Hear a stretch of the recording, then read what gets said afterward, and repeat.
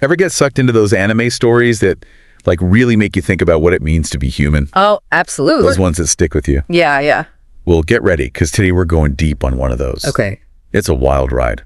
We're talking an immortal being experiencing it all, life, death, and everything in between, trying to figure out what it all means. I think what really grabs you right off the bat with this one is the protagonist. I mean, they don't even start out human. No kidding. It's this orb sent to Earth, right? And get this, it starts as a rock.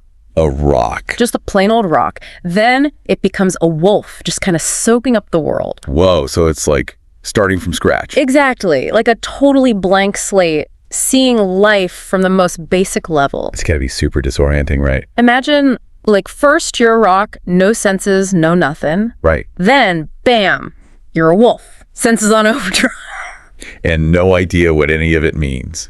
Talk about an existential crisis. Yeah. But I think that's what makes it so captivating. Yeah, definitely. You're seeing the world through fresh eyes, Yeah, totally. Experiencing that first spark of awareness, the confusion, the wonder. Right. And then this is where it gets really interesting. There's this encounter with a dying boy. Oh, I remember this part. It's heavy. It's like the turning point for the whole story, Yeah, it's the catalyst for everything that comes after. Absolutely. So this boy, he's clinging to life, dreaming of reaching this paradise with his lost tribe. Mm-hmm. And the orb, at this point, it's in wolf form, right? Yeah, the wolf is like his only companion in his final moments. It's just heartbreaking. But like you said, this is where the real story begins. Like when the boy dies, the orb takes on his form. Whoa. Like it inherits his yearning for life, that desire to see the world. It's almost like an imprint. Exactly. The boy's spirit, his dreams, it's all passed on to the orb. So the boy gives the orb purpose. Gives it a direction. And that's when we meet Fushi, right? Right.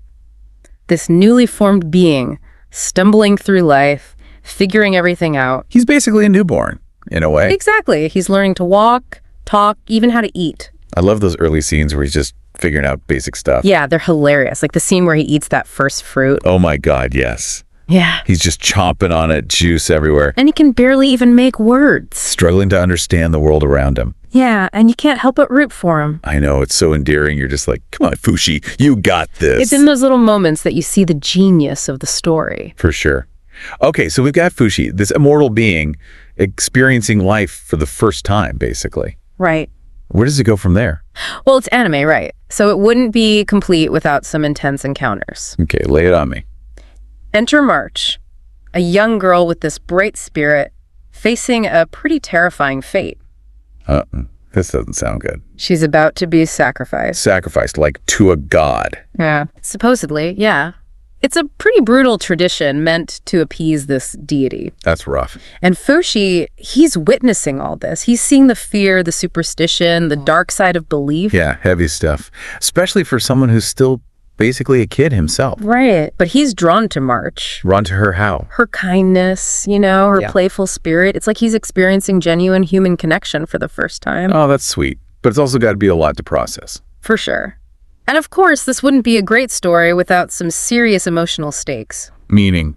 With great joy comes the potential for devastating loss. Oh no, March. Yeah. March's death, it hits hard. It's one of those moments that stays with you. Yeah.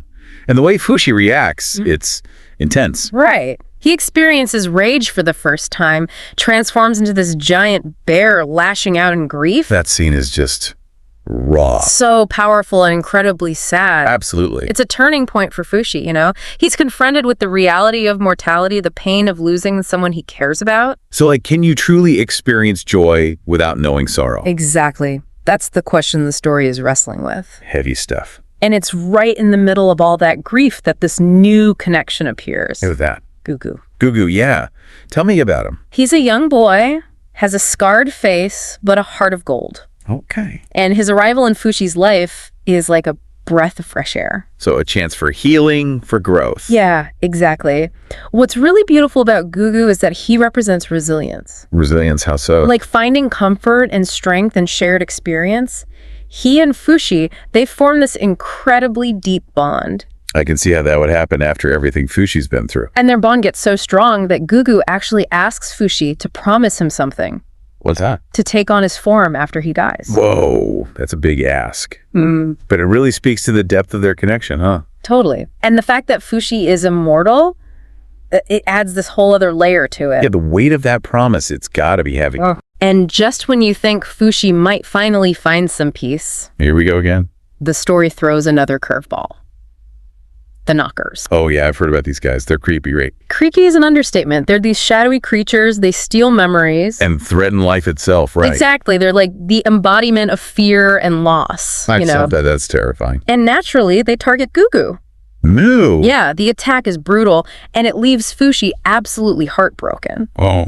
And now, he's got to fulfill his promise to Gugu.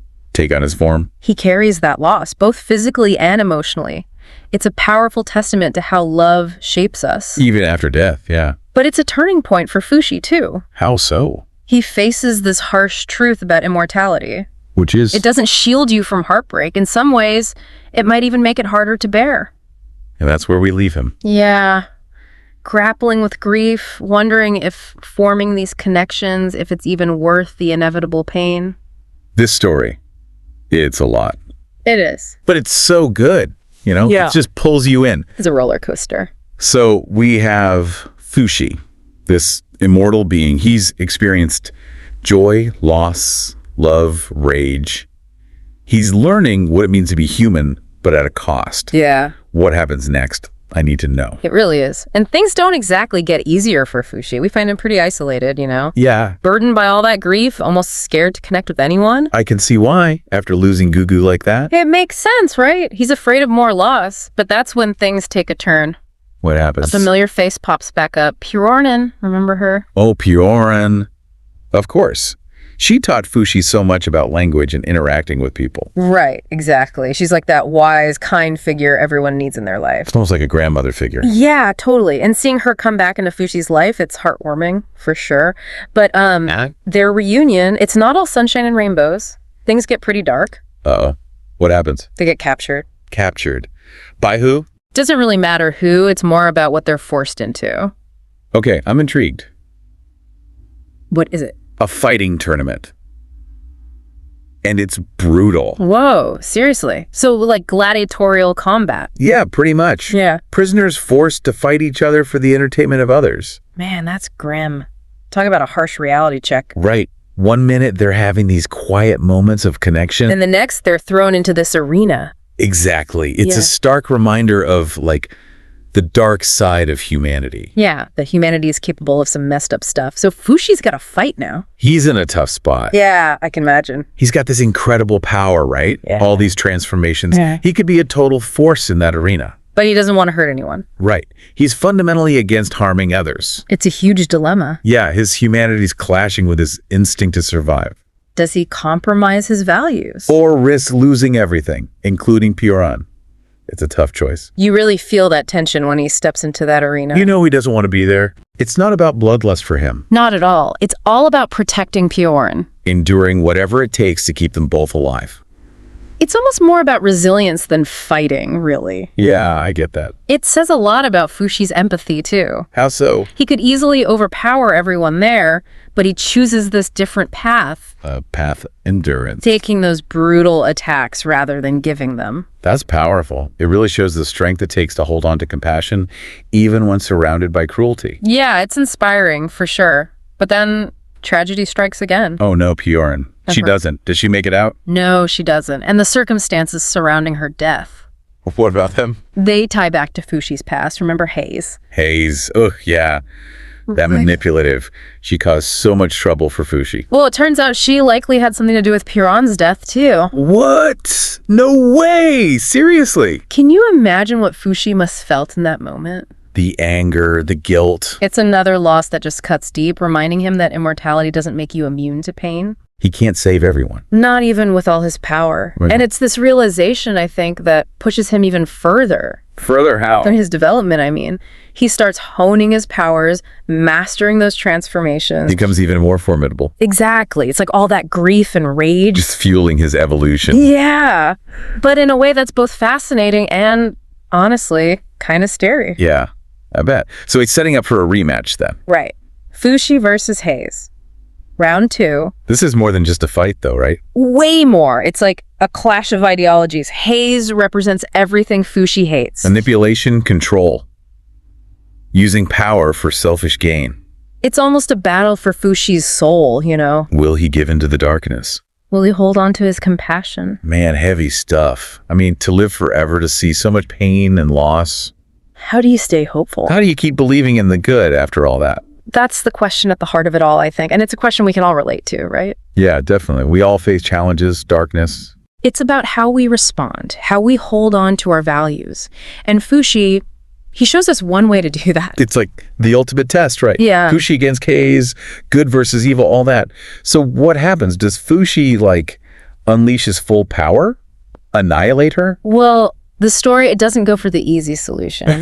Fushi, he manages to escape, but it's not a clean break. What do you mean? He gets away from Hayes, but it shakes him up pretty bad. Makes sense. Yeah. After everything she's done. It's like a reality check, you know? He realizes, even with all his power, he can't control everything. Can't prevent every bad thing from happening. Yeah, and for someone who's basically immortal. That's got to be a tough pill to swallow. It's humbling, for sure. Makes you think, right? Yeah.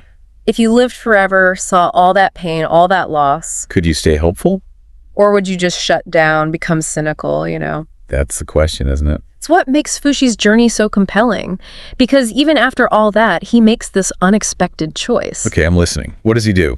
He could run, right? Hide away from the world, avoid any more pain. Yeah, that's what I'd probably do. But he doesn't. Instead, he goes to Piorin. The woman who taught him so much. And he spends her final days with her. Wow.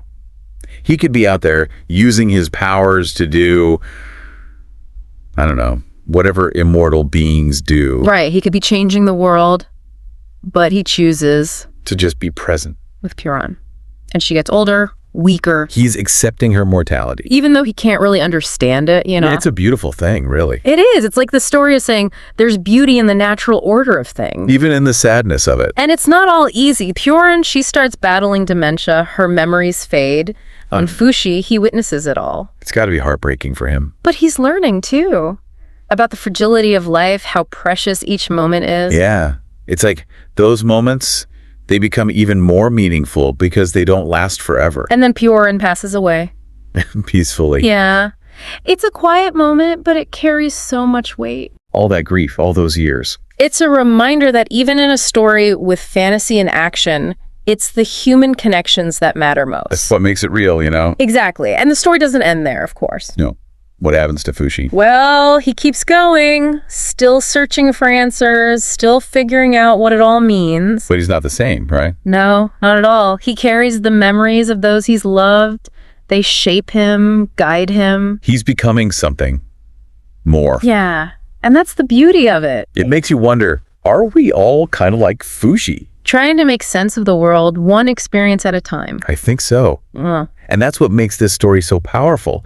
It stays with you. It makes you think about your own life, your own choices. It's what great storytelling does. It leaves you with more questions than answers. It sparks something inside you. And hey, maybe that's enough. Maybe that's the point. Yeah, I think you're right. So there you have it, folks.